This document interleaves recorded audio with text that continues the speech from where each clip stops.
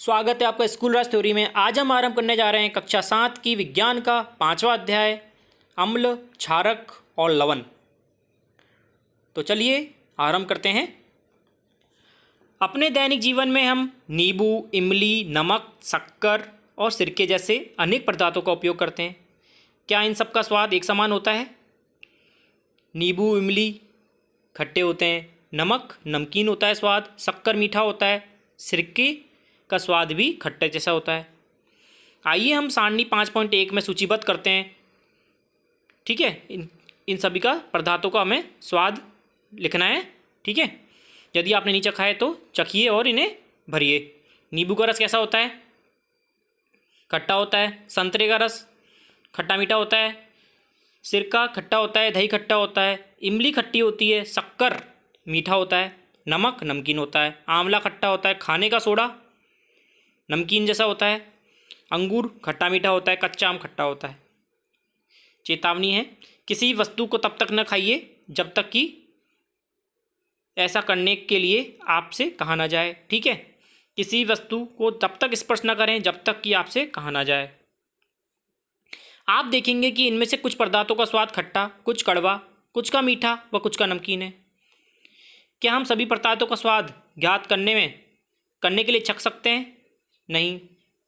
हमने चेतावनी देखा था कि कुछ पदार्थ हमें हानि पहुंचा सकते हैं। ठीक है, फिर देखते हैं अम्ल और क्षारक। दही, नींबू का रस, संतरे का रस, सिरके का स्वाद खट्टा होता है। इन पदार्थों का स्वाद खट्टा इसलिए होता है क्योंकि इसमें अम्ल होते हैं। अम्ल मतलब कि एसिड होता है। ऐसा पदार्थों को रासायनिक प्रकृति में क्या कहते हैं? अम्लीय कहते हैं। मतलब कि ऐसे पदार्थों की रासायनिक प्रकृति कैसी होती है? अम्लीय होती है। एसिड शब्द की उत्पत्ति लैटिन भाषा एसियर से हुई है। ठीक है, जिसका अर्थ क्या होता है? खट्टा। इन पदार्थों में पाए जाने वाले अम्ल प्राकृतिक अम्ल होते हैं। खाने का सोडा बेकिंग सोडा होता है। क्या इसका स्वाद भी खट्टा होता है? नहीं। तो इसका स्वाद कैसा होता है? दूसरा स्वाद होता है, खट्टा नहीं होता। इसलिए क्या है? बेकिंग सोडा क्या है? अम्ल नहीं है, इसका स्वाद कड़वा होता है। यदि आप इसके विलयन को उंगलियों के बीच में रगड़ेंगे तो साबुन जैसे चिकना लगेगा। ऐसे पदार्थ जिनका स्वाद कड़वा होता है, जो स्पर्श करने में साबुन जैसे लगते हैं, उन्हें क्या कहते हैं? उन्हें क्षारक कहते हैं। ठीक है, इन पदार्थों की प्रकृति कैसी होती है? क्षारकीय होती है। और जिनका खट्टा होता है वो क्या होते हैं? अम्लीय होते हैं। उन्हें क्या कहते हैं? एसिड कहते हैं। और उनकी प्रकृति अम्लीय होती है। और साबुन जैसा जो कड़वा होता है वह क्या कहलाता है? क्षारक कहता है। प्रकृति क्या कहलाती है? क्षारकीय कहलाती है। यदि हम किसी पदार्थ को चख नहीं सकते तो हम उसका प्रकृति कैसे ज्ञात करेंगे? देखते हैं। कोई पदार्थ अम्लीय अथवा क्षारीय है, इसका परीक्षण करने के लिए विशेष प्रकार के पदार्थों का उपयोग किया जाता है। यह पदार्थ सूचक कहलाते हैं। सूचकों को जब अम्लीय व क्षारीय पदार्थ युक्त विलयन में मिलाया जाता है तो उनका रंग बदल जाता है। जैसे हल्दी, लिटमस, गुड़हल की पंखुड़ियाँ होती हैं आदि कुछ प्राकृतिक रूप से पाए जाने वाले सूचक हैं। क्या आप जानते हैं अम्ल का नाम है और इसमें क्या पाया जाता है? वे देखते हैं। एसिटिक अम्ल किसमें होता है? सिरके में होता है। फॉर्मिक अम्ल किसमें होता है? चींटी का डंक जो होता है उसमें फॉर्मिक अम्ल होता है। साइट्रिक अम्ल किसमें होता है? नींबू के रस में होता है, संतरे में होता है। ठीक है, लैक्टिक अम्ल दही में होता है। ऑक्जेलिक अम्ल पालक में होता है। ऑस्कैर्बिक अम्ल आंवला सिट्रस में होता है। टार्ट्रिक इमली, अंगूर व कच्चे आम में होता है। ठीक है, अब क्षारक के नाम है जैसे कि कैल्शियम हाइड्रोक्साइड चूने का पानी। एमोनियम हाइड्रोक्साइड खिड़की के कांच आदि साफ करने के लिए उपयोग में किया जाता है। Ammonium hydroxide. सोडियम हाइड्रोक्साइड व पोटेशियम हाइड्रोक्साइड साबुन बनाने के काम में आता है। मैग्नीशियम हाइड्रोक्साइड दूध या मैग्नीशियम, जिसको क्या कहते हैं? मिल्क ऑफ मैग्नीशिया कहते हैं। हमारे आसपास के प्राकृतिक सूचकांक। लिटमस ये एक प्राकृतिक रंजक है। सबसे सामान्य रूप से उपयोग में लिए जाने वाला प्राकृतिक सूचक लिटमस है। इसे लाइकेन जो सैक होते हैं से निष्कर्षित किया जाता है, उनसे निकाला जाता है। आंसू जल में इसका रंग नीलसोन होता है। माव या नीलसोन कहते हैं। जब इसे अम्लीय विलयन में मिलाया जाता है तो लाल हो जाता है और क्षारीय विलयन में मिलाया जाता है तो नीला हो जाता है। ठीक है, अम्ल मिलाएंगे तो कैसा हो जाएगा? लाल हो जाएगा, और क्षारीय विलयन में मिलाएंगे तो नीला हो जाएगा। इसी से हम पता लगा सकते हैं। यह विलयन के रूप में अथवा कागज की पट्टियों के रूप में उपलब्ध होता है, जिन्हें हम लिटमस पत्र कहते हैं। सामान्यतः ये लाल और नीले लिटमस पत्र के रूप में उपलब्ध होता है। ठीक है, ऐसा होता है। इसको इस सीट में भी मिल जाता है ये मार्केट में। क्रियाकलाप 5.1, प्लास्टिक के किसी प्याले या कटोरी या परख नली में नींबू का रस लेकर उसमें थोड़ा पानी मिलाइए। ड्रॉपर की सहायता से उपयुक्त विलयन की एक बूंद को लाल लिटमस पर डालकर देखिए क्या होता है। इस परीक्षण से नीले लिटमस पत्र के साथ भी दोहराइए। ठीक है, नोट कीजिएगा कोई परिवर्तन होता है या नहीं। ठीक है, इस क्रियाकलाप को निम्नलिखित पदार्थों के साथ भी दोहराइए, जैसे नल के पानी के साथ, डिटर्जेंट के घोल के साथ, साबुन के विलयन, शैम्पू, दूध या मैग्नीशिया, चूने के पानी आदि के साथ मिला के देखिएगा। ठीक है, चूने के पानी बनाने के लिए बोतल में चूने की कुछ मात्रा पानी में घोलिए। विलयन को भली भांति हिलाकर कुछ देर रखें। अब बोतल को ऊपरी भाग से कुछ द्रव को किसी बर्तन में निथाल लीजिए, वह चूने का पानी कहलाएगा। ठीक है, परीक्षण का विलयन लिखना है, फिर लाल लिटमस, फिर नीले लिटमस पर प्रभाव और निष्कर्ष क्या निकला। ठीक है, क्या आप ऐसी सूची कुछ ऐसे विलयन हैं जिनका लिटमस पत्र पर कोई प्रभाव नहीं होता। इन पदार्थों का नाम लिखना है। ऐसे विलयन जो लाल अथवा नीले लिटमस पत्र पर कोई प्रभाव नहीं करते उन्हें क्या कहते हैं? उदासीन कहते हैं। ना तो अम्लीय होते हैं ना ही क्षारीय होते हैं। जैसे हमने एक बताता हूँ मैं आपको, क्या किया था हमने, इसमें नींबू का रस लिया था। नींबू के रस को आप नीले लिटमस पेपर पर डालोगे तो क्या हो जाएगा? वह लाल हो जाएगा। और लाल लिटमस पेपर डालोगे तो कोई प्रभाव नहीं होगा, मतलब कि क्या है, वह अम्लीय है। हल्दी एक प्राकृतिक सूचक है। क्रियाकलाप 5.2 देखते हैं। 1 चम्मच हल्दी पाउडर लीजिए, उसमें थोड़ा जल मिलाकर पेस्ट बनाइए। स्याही सोखता हुआ ब्लॉटिंग पेपर या फिल्टर पेपर लीजिए। ठीक है, हल्दी का पेस्ट लगाकर हल्दी पत्र बनाइए और उसे सुखा लीजिए। हमें एक पेपर लेना है, फ्लॉटिंग पेपर या फिल्टर पेपर, फिर उसमें क्या करना है, हल्दी लगानी है उसे। अब उसकी पतली पतली पट्टी काट लीजिए। हल्दी पत्र की पट्टी पर 1 बूंद साबुन का विलयन डालिए। ठीक है, क्या देखते हैं आप, इस प्रकार की सारणी 5.3 में विलयनों का परीक्षण कीजिए और सारणी को नोट कीजिए। नींबू के रस पर हल्दी के विलयन पर क्या प्रभाव पड़ता है, संतरे के रस का क्या प्रभाव पड़ता है, सिरके के रस का क्या प्रभाव पड़ता है। ठीक है,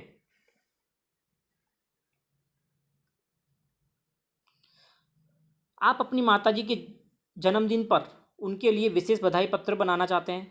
सादे सफ़ेद कागज़ की सीट पर हल्दी का पेस्ट लगाइए और उसे सुखा लीजिए। रुई के फोए की सहायता से चूने के पानी को खूबसूरत फूल बनाइए। आपको एक सुंदर बधाई पत्र मिल जाएगा।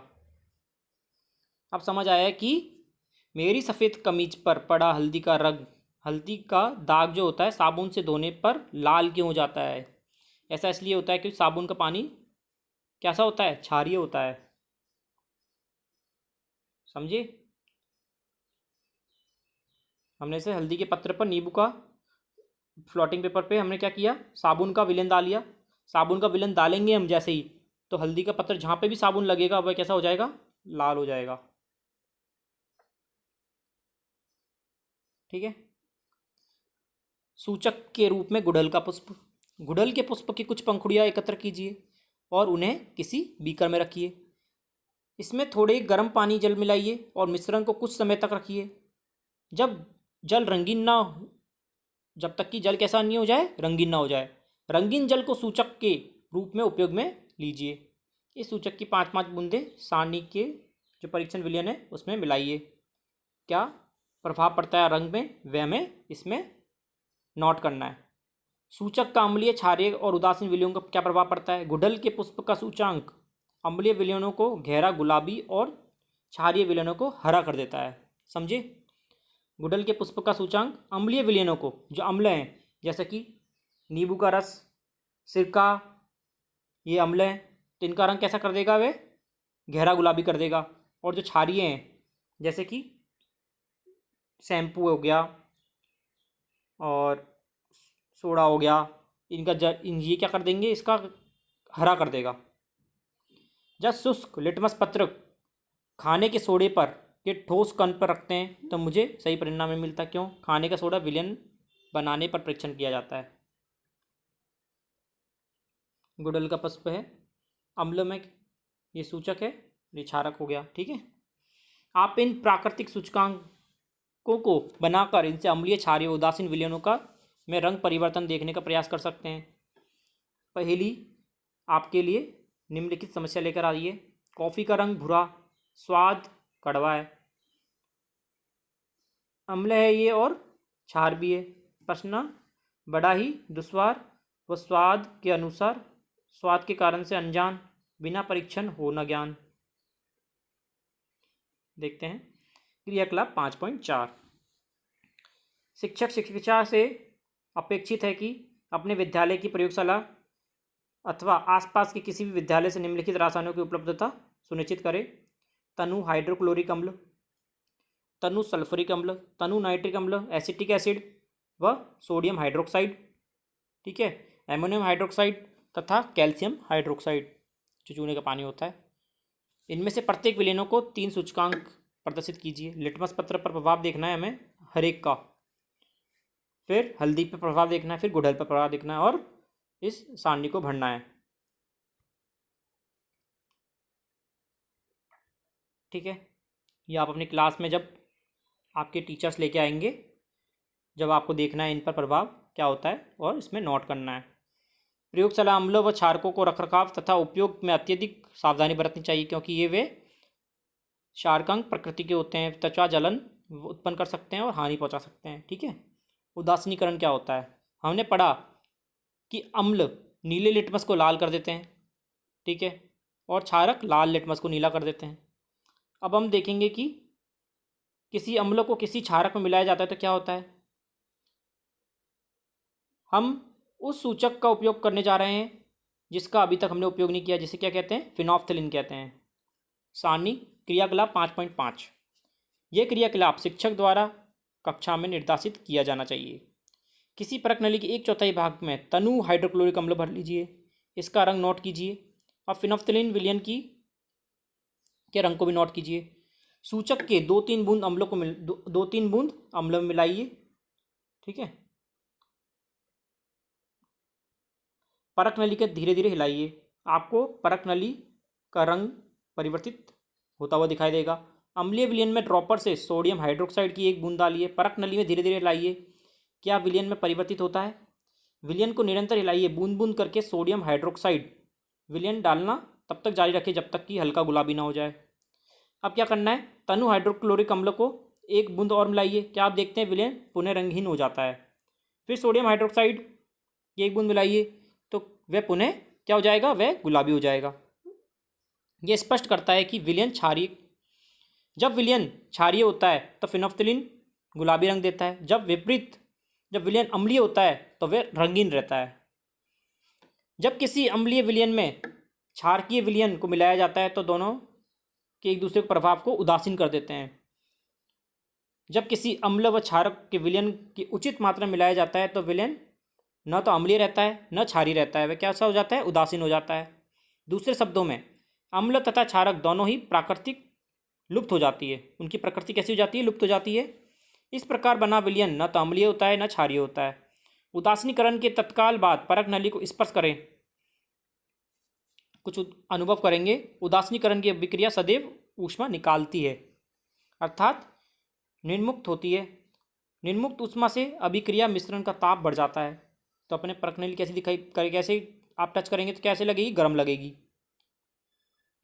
उदासीनीकरण अभिक्रिया में नया पदार्थ निर्मित होता है जो लवण कहलाता है। नमक जो होता है, लवण अम्लीय, क्षारकीय अथवा उदासीन प्रकृति का होता है। अतः उदासीनीकरण को निम्नलिखित रूप से परिभाषित किया जा सकता है। किसी अम्ल और किसी क्षारक के बीच होने वाली अभिक्रिया उदासीनीकरण कहलाती है। इस प्रक्रम में ऊष्मा के निर्मुक्त होने के साथ साथ लवण और जल निर्मित होते हैं। क्या मिलता है हमें, नमक, लवण और जल दोनों मिलते हैं। क्या आप अम्ल वर्षा शब्द से परिचित हैं? क्या आपने कभी अम्ल वर्षा की क्षतिकारी प्रभावों के बारे में सुना है? जैसे कि नाम से पता चलता है कि वर्षा में जब अम्ल की मात्रा अधिक हो जाती है तो अम्ल वर्षा कहलाती है।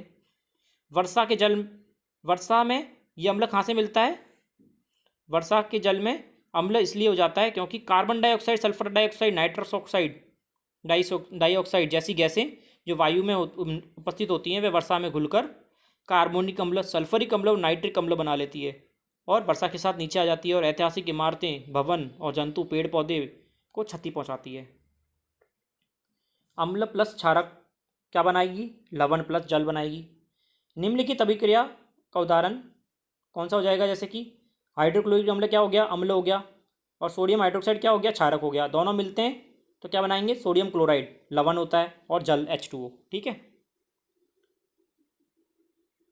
दैनिक जीवन में उदासीनीकरण के उदाहरण, अपाचन। हमारे आमाशय में हाइड्रोक्लोरिक अम्ल पाया जाता है जो हमने अध्याय 2 में पढ़ चुके हैं। अगर आपने अध्याय 2 नहीं पढ़ा है तो उसकी लिंक डिस्क्रिप्शन में मिल जाएगी या फिर आप प्लेलिस्ट में से भी देख सकते हैं। कि भोजन के पाचन में हमारी सहायता करता है क्या? हाइड्रोक्लोरिक अम्ल। लेकिन आमाशय में अम्ल की आवश्यकता से अधिक मात्रा हो जाने पर अपाचन हो जाता है। कभी कभी अपाचन काफ़ी कष्टदायक हो सकता है। तो हम अपाचन से मुक्ति पाने के लिए क्या करते हैं? दूध या मैग्नीशियम जैसी प्रति अम्ल लेते हैं, जिससे क्या होता है? दोनों मैग्नीशियम हाइड्रोक्साइड और हाइड्रोक्लोरिक अम्ल मिलकर क्या बना लेते हैं? नमक और जल बना देते हैं, मतलब कि उदासीन हो जाते हैं। चींटी का डंक। चींटी के डंक में क्या होता है? फॉर्मिक अम्ल होता है। जब चींटी काटती है तो त्वचा में अम्लीय द्रव डाल देती है, जिससे क्या होती है? अपने खुजली होने लगती है। डंक के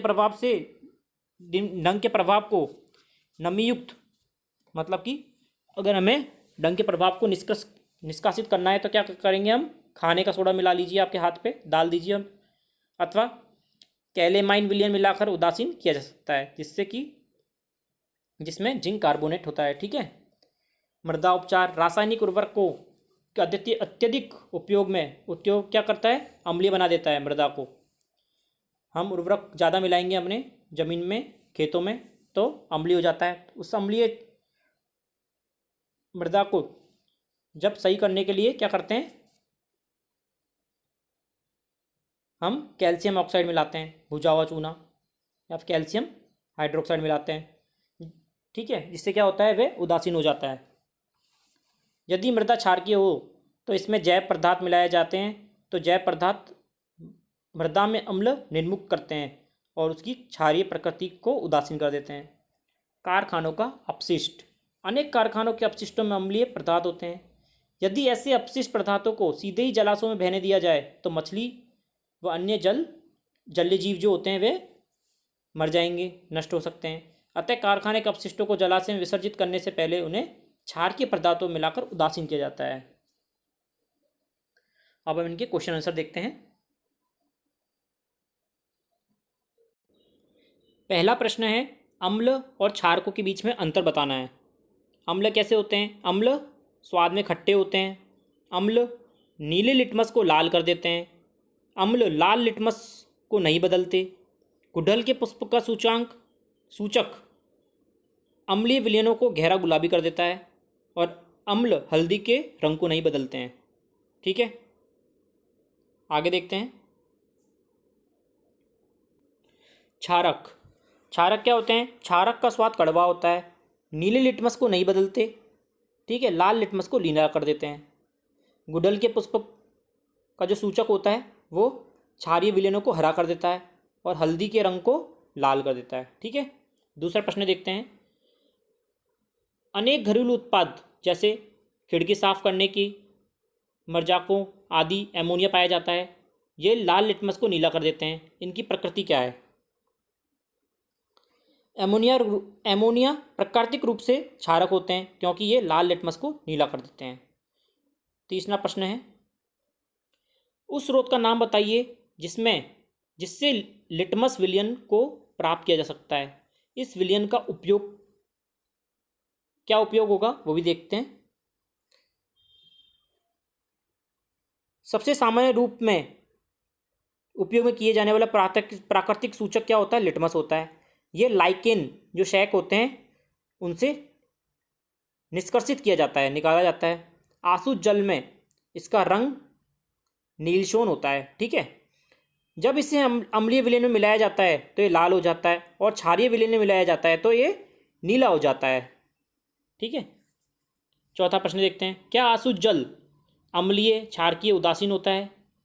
इसकी पुष्टि करनी है। आसुत जल उदासीन होता है।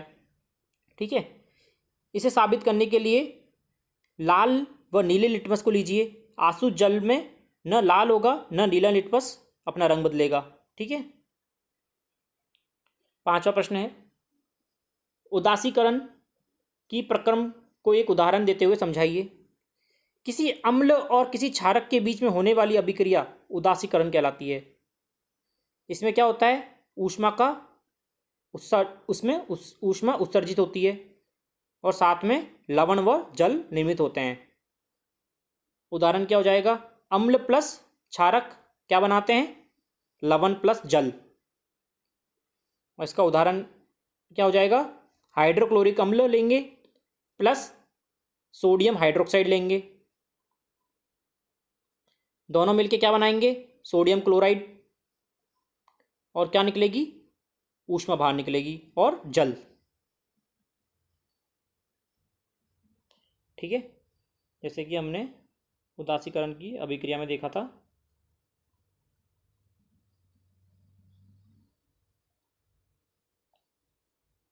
हाइड्रोक्लोरिक अम्ल, सोडियम हाइड्रोक्साइड मिलाया है, क्या मिला, सोडियम क्लोराइड और जल व ऊष्मा। ठीक है, ये उसका उदाहरण हो जाएगा। अगला देखते हैं, कथन सही है अथवा गलत है ये देखना है। नाइट्रिक अम्ल लाल लिटमस को नीला कर देता है, गलत है। अम्ल है तो क्या करता है, नीला लिटमस को लाल करता है, उल्टा लिख दिया है, तो ये क्या हो जाएगा, गलत हो जाएगा। अगला है, सोडियम हाइड्रोक्साइड नीले लिटमस को लाल कर देते हैं। सोडियम हाइड्रोक्साइड क्या है, एक क्षारीय है, तो ये लाल लिटमस को नीला करता है, ना कि नीले लिटमस को लाल, ये भी गलत हो जाएगा। फिर है सोडियम हाइड्रोक्साइड और सोडियम हाइड्रोक्साइड और हाइड्रोक्लोरिक अम्ल एक दूसरे को उदासीन करके लवण व जल बनाते हैं, बिल्कुल सही, अभी देखा था हमने। सूचक वह पदार्थ है जो अम्लीय व क्षार के विलयनों के विभिन्न रंग दिखाता है, बिल्कुल सही। दंत क्षय क्षार की उपस्थिति के कारण होता है, गलत। दंत क्षय जो होता है वह अम्ल की उपस्थिति के कारण होता है। ठीक है, आगे देखते हैं, सातवां प्रश्न, दौड़जी के रेस्टोरेंट में शीतल पेय की कुछ बोतलें हैं, लेकिन दुर्भाग्य से वे चिन्हित नहीं है। उसे ग्राहक की मांग के अनुसार पेय परोसने हैं। एक ग्राहक अम्लीय पीना चाहता है, दूसरा क्षारीय, तीसरा उदासीन। तो दौराजी कैसे तय करेंगे कि कौन सी बोतल कौन से ग्राहक को देनी है? पहला उपाय क्या हो जाएगा, दौरजी जो भी जल है, जो भी बोतलें हैं, उनको पीकर उनके स्वाद के अनुसार दे सकते हैं। अगर खट्टा है तो वह अम्ल होगा, ठीक है, कड़वा है तो क्षारीय होगा, और बिल्कुल स्वादहीन है तो वह उदासीन होगा। दूसरा इस उपाय क्या हो जाएगा, लिटमस पेपर से देख सकते हैं। अम्ल क्या करेगा, नीले लिटमस को लाल कर देगा, क्षारीय नीले लिटमस को नहीं बदलेगा, और उदासीन लिटमस पर कोई असर नहीं करेगा। ठीक है, दो उपाय दे दिए मैंने आपको, देख सकते हैं कोई भी। समझाइए ऐसा क्यों होता है। जब आप अति अम्लता से पीड़ित होते हैं तो प्रति अम्ल की गोली लेते हैं, क्यों करते हैं ऐसा? अति अम्लता के दौरान हमारे पेट में अत्यधिक अम्ल उत्पन्न हो जाता है, जो कि एक प्रति अम्ल के क्षारक जैसे कि दूध या मैग्नीशिया, ये क्षारक अत्यधिक अम्ल के साथ मिलकर उसके प्रभाव को उदासीन कर देता है। जब चींटी काटती है तो त्वचा पर कैलेमाइन का विलयन लगाया जाता है। देखते हैं क्या होता है, चींटी के डंक में फॉर्मिक अम्ल होता है। जब चींटी काटती है तो त्वचा में ये अम्ल द्रव डाल देती है, तो डंक के प्रभाव को खाने के सोडे अथवा कैलेमाइन विलयन डालकर उदासीन किया जाता है, जिसमें क्या होता है, जिंक कार्बोनेट होता है। अगला है, कारखाने के अपशिष्ट जलाशयों से बहने जलाशयों में बहाने से पहले उन्हें उदासीन किया जाता है। कारखानों से जब अपशिष्ट निकलते हैं तो अम्लीय प्रकृति के होते हैं। तो हमें डायरेक्ट अगर सीधे ही हम जलाशयों में डाल देंगे तो वन्य जीव, जो जलीय जीव होते हैं, मछली वगैरह, वे नष्ट हो सकते हैं। इसलिए कारखानों के अपशिष्ट को जलाशयों में विसर्जित करने से पहले उन्हें क्षार के पदार्थों मिलाकर उदासीन किया जाता है। अगला प्रश्न है, आपने तीन द्रव लिए जिनमें से एक हाइड्रोक्लोरिक अम्ल है, दूसरा सोडियम हाइड्रोक्साइड है और तीसरा शक्कर का विलयन है। आप हल्दी का सूचक के रूप में ले रहे हैं तो कैसे पहचानेंगे? ठीक है, देखते हैं। हम तीनों द्रवों की एक एक बूंद हल्दी सूचक पर डालेंगे। जो द्रव हल्दी सूचक को लाल कर देगा वह क्षारक कहलाएगा। तो हमने देखा कि सोडियम हाइड्रोक्साइड का हल्दी में डालने पर क्या मिलता है? सोडियम हाइड्रोक्साइड क्या होगा? उससे हल्दी का सूचक लाल कर देगा, मतलब कि वह क्या होगा? वह क्षारीय हो जाएगा। जब सोडियम हाइड्रोक्साइड की एक एक बूंद बाकी बचे द्रवों पर डालेंगे तो मिश्रण को हम हल्दी पर डालेंगे तो मिश्रण हल्दी को लाल कर देगा, वह विलयन सोडियम हाइड्रोक्साइड होगा और उदासीन विलयन प्रकृति का पता लग जाएगा। ठीक है, अगला देखते हैं। नीले लिटमस पत्र को एक विलयन में डुबोया गया, यह नीला हो जाता है। विलयन की प्रकृति क्या है, समझाइए। नीले लिटमस पत्र को एक विलयन में डुबोना है, वह नीला ही रहता है। ठीक है, मतलब कि अगर हम नीले लिटमस पत्र को एक विलयन में डालते हैं वह नीला ही रहता है, इसका तात्पर्य यह हुआ कि विलयन कैसा है? क्षारीय है या फिर उदासीन है। ठीक है, कुछ भी हो सकता है। अगला देखते हैं। निम्नलिखित वक्तव्यों को ध्यान से पढ़िए। अम्ल और क्षारक दोनों सभी सूचकों के रंगों को परिवर्तित कर देते हैं।